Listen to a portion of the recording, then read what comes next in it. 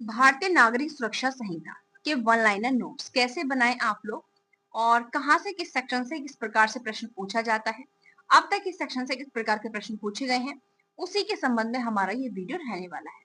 सबसे पहले मैं आप लोगों को बता दूं कि वीडियो अपकमिंग यूपी पीसीजे की वैकेंसीज होंगी उनके लिए बहुत महत्वपूर्ण होने वाला है। साथ ही आपका जुडिशियल आईपीओ की जो वैकेंसी पेपर होने वाले वैकेंसी आ चुकी हैं उनके लिए बहुत महत्वपूर्ण होने वाला है, यानी कि हर प्रकार की वैकेंसी के लिए बहुत महत्वपूर्ण है। यहाँ पर हम लोग चैप्टर 5 पढ़ रहे हैं जो कि 35 से शुरू होकर 62 तक चलता है। व्यक्ति की गिरफ्तारी, जिसमें पुलिस अधिकारी भी कर सकता है, कोई सामान्य पर्सन भी कर सकता है, मजिस्ट्रेट भी कर सकता है। यहाँ हम सेक्शन 43 तक कर चुके थे कि किस किस प्रकार से किस सेक्शन से कितना प्रश्न बनता है और कितना रिपीट हो चुका है। ये भी मैंने आपको बताया कि किस सेक्शन से कितना ज्यादा रिपीट हो चुका है। आज हम पढ़ेंगे सेक्शन 47 से बनने वाला प्रश्न। तो अब आप लोग सोच रहे होंगे कि भाई जब चैप्टर इतना महत्वपूर्ण है तो 3 सेक्शन क्यों छोड़ दिए, 44, 45, 46, क्या वो महत्वपूर्ण नहीं है? तो देखिए, ऐसे तो 531 सेक्शन है हमारे BEd के अंदर, तो और एक सेक्शन आप लोग जानते हैं कि एक ही सेक्शन इतना बड़ा फैक्चुअल होता है कि उसमें से बहुत सारे प्रश्न बनने की एक्सपेक्टेशन होती है। तो क्या ऐसी स्थिति में फिर तो पता चला बेरक से बड़ा तो नोट्स ही बन जाएगा।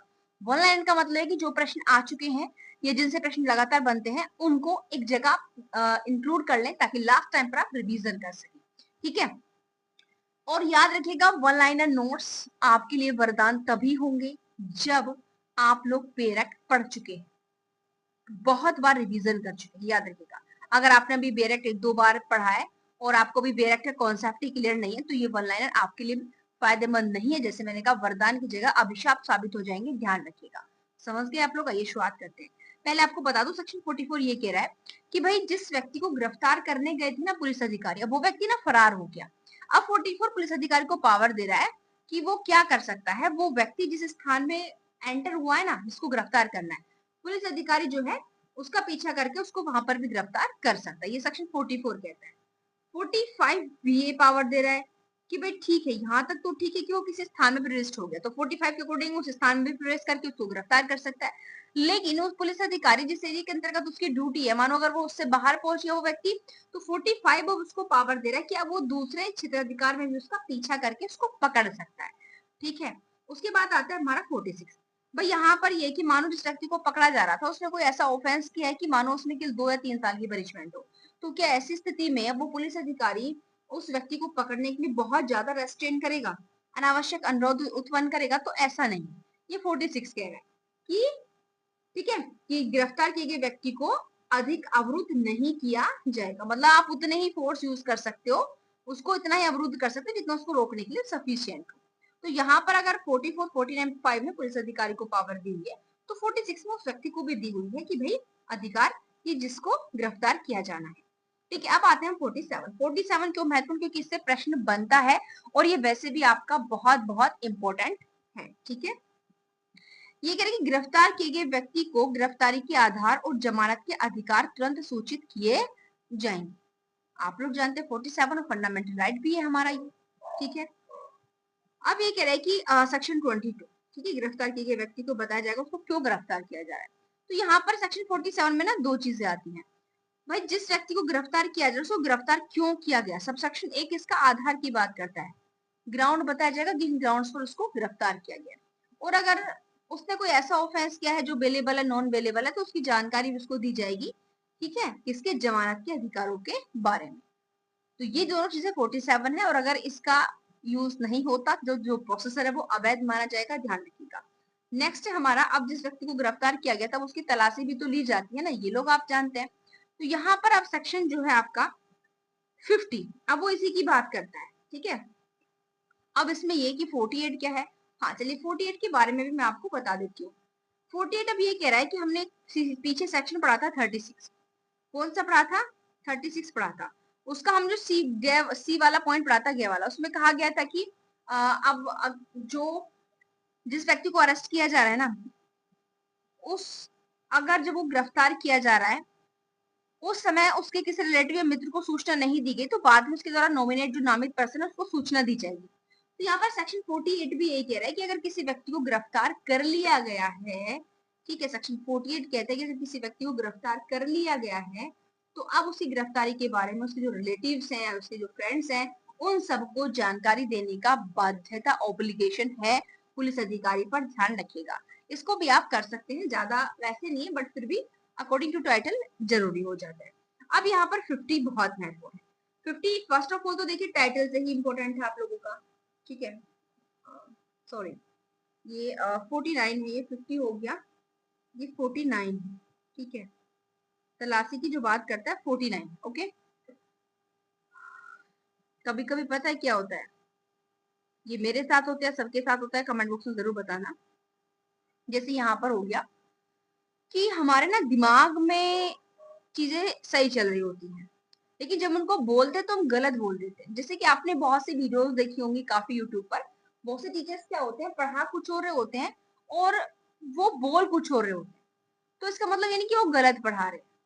ये होता है कॉमनली जब हम लगातार पढ़ते रहते हैं, यानी कि हमारा दिमाग तो ऑब्जर्वेशन सही कर रहा है, लेकिन हमारी जो टंग है ना वो गलत प्रोनाउंस कर रही है। अब दिमाग में तो चीजें सही चल रही है, दिमाग में तो चीजें सही चल रही है ना, अब हमको लग रहा है कि हम सही बोल रहे हैं, बाद में जो हमारी उस गलती को कोई बताता है तो समझ आ रहा है। तो यही मिस्टेक मेरे साथ यहाँ पर हो गई, ठीक है। मैंने लिखा 50 है और दिमाग में 49 था। अब यहाँ पर ये कह रहा है कि जिस व्यक्ति को अरेस्ट किया गया है ना, उसकी तलाशी ली जाएगी। तलाशी सबसे पहले तो अभी 49 में आ रहा है, टाइटल जरूरी है। तलाशी कौन लेगा? पुलिस अधिकारी लेगा। किसकी चीज ले, क्या मतलब तलाशी उसकी ली, तो तलाशी में क्या क्या लेगा उसका? भाई उसने जो कपड़े पहने हुए हैं ना, उसके जो वस्त्र हैं, अब बस उनको छोड़ देगा जो आवश्यक वस्त्र हैं।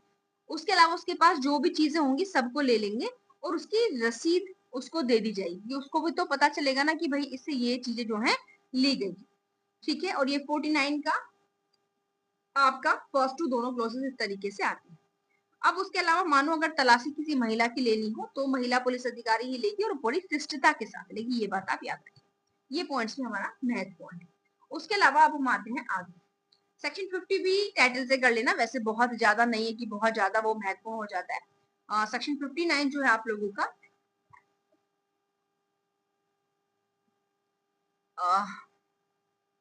सॉरी 59, सेक्शन 50 जो है वो बात करता है कि जो जैसे कि हमने 49 में तलाशी पढ़ा, तो 50 भी तो वही कह रहे कि अगर उसके पास से कोई हथियार वगैरह मिलते हैं ना तो उनको जो है सीज कर लिया जाएगा, ये 50 कहते हैं। अब हम आते हैं अभियुक्त की चिकित्सा पर। अब देखिए अभियुक्त की चिकित्सा के 3 सेक्शन आते हैं, 51, 52 और 53। आप लोग यहाँ पर देखेंगे और तीनों में अलग अलग प्रकार की चिकित्सा के बारे में प्रावधान किया गया। अब वो कैसे? अब यहाँ पर चिकित्सा कौन कर रहा है? रजिस्टर्ड प्रैक्टिशनर, आपके जो है मेडिकल प्रैक्टिशनर के द्वारा की जाएगी।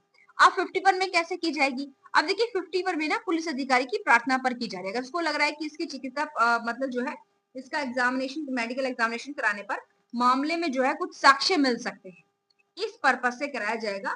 और प्रार्थना का किसकी प्रार्थना पर? सब इंस्पेक्टर की पंक्ति से जो ऊपर का पुलिस ऑफिसर होगा ना उसकी, ठीक है। एसआई से ऊपर की पंक्ति का ऑफिसर होना चाहिए, नीचे का नहीं होना चाहिए, ये या इससे ऊपर वाली पंक्ति का पुलिस अधिकारी की रिक्वेस्ट पर। तो किस लिए किया जा रहा है? ताकि मामले से संबंधित साक्ष्य प्राप्त की जा सके।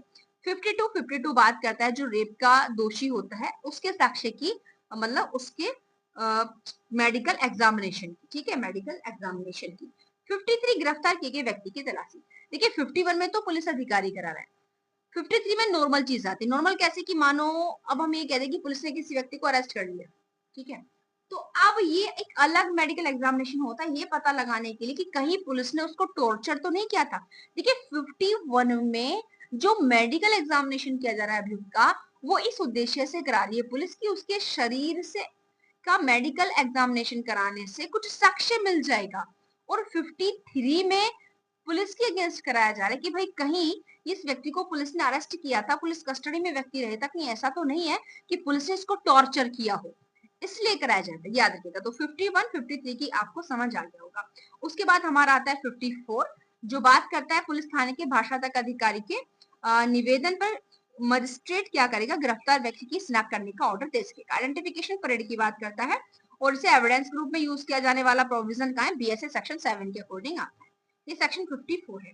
उसके बाद सेक्शन 56 से सीधा हमारा प्रश्न बनता है कि गिरफ्तार किए गए व्यक्ति की स्वास्थ्य सुरक्षा की उचित देखभाल करना, ठीक है। ये बहुत महत्वपूर्ण है, पहले भी अगर आप पीवाईक्यू सॉल्व करते हैं तो आप देखेंगे कि लगातार अब तक की परीक्षाओं में इसको पूछा गया है, ओके। अब हम आते हैं आगे। अब सेक्शन आगे आता है क्योंकि ये वाला जो हम चैप्टर पढ़ रहे हैं इसमें बिना वारंट की गिरफ्तारी के बारे में प्रावधान है। अब सेक्शन 57 कब अप्लाई होगा कि भाई जिस व्यक्ति को अगर बिना वारंट के अरेस्ट किया गया है उसे मजिस्ट्रेट या थाने के भाषातक अधिकारी के समक्ष ले जाया जाना चाहिए।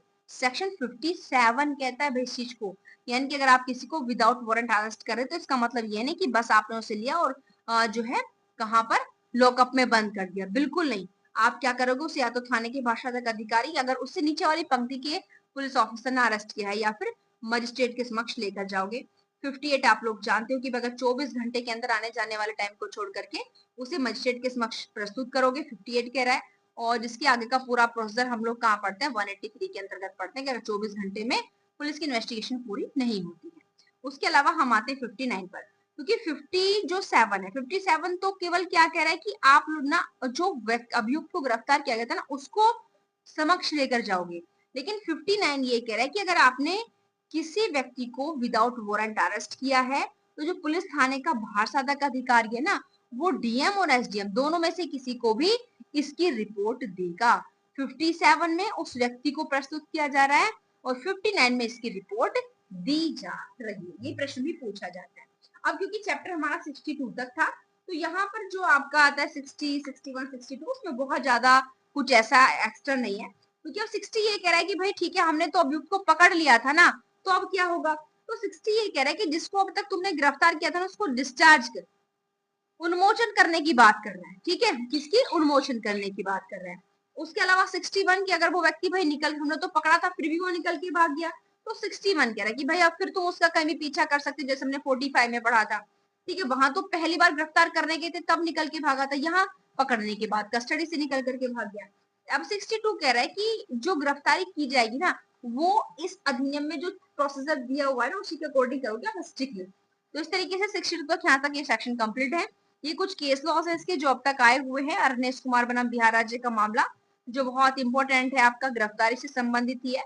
महाराष्ट्र राज्य बनाम क्रिश्चियन कम्युनिटी वेलफेयर काउंसिल का मामला, ये है कि महिलाओं को जो है क्या कोई पुलिस अधिकारी जो पुरुष है वो गिरफ्तार कर सकता है नहीं कर सकता, इस तरीके के केसेस यहाँ पर मिलेंगे। और यहाँ पर आप पाएंगे सेक्शन 42 मैंने शायद आप वहां पीछे नहीं कराया था, सेक्शन 42 से भी प्रश्न आप लोगों का देखिए आता है। ये कह रहे कि प्रश्न आपसे पता पूछा जाएगा कि सैन्य बलों के सदस्यों को गिरफ्तारी से सुरक्षा प्रदान करते कौन सी धारा है, 42 है, इतना आता है सिंपल, ठीक है। आप इन्हें तब तक गिरफ्तार नहीं कर सकते जब तक कि केंद्र सरकार की परमिशन नहीं ले लेते। बाकी डी के बसु का केस ऐसा है जिसमें आपकी गिरफ्तारी से संबंधित बहुत महत्वपूर्ण दिशा निर्देश दिए गए थे, रेजिडेंट स्टूडेंट होने के नाते आपको इसको डीपली पढ़ना चाहिए। तो इस तरीके से सारे के सारे 62 तक के सेक्शंस मैंने आपको करा दिए हैं और साथ ही साथ मैंने आपको यहाँ पर ये भी बताया कि इसके अंदर से प्रश्न कैसे पूछा जाता है।